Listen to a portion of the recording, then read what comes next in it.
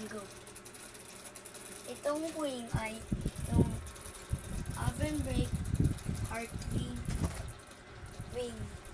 Tapos, ito yung pinakalakas na wing dahil ito ay colorful. Kaya naging colorful siya dahil sa magic pen na maraming colors, kahit anong colors. Tapos sinulat mo siya, tapos tumigil ka, magiging ibang colors. Sa rainbow, katulad sa isang drawing ko, yung rainbow. Tapos, ito naman, yung magandang fuse ng name ng Zion wing na malakas siya. Kaya, meron heart, pero hindi niya pa na finish kaya wala pa siyang heart. Ito naman ay yung wing ng palace.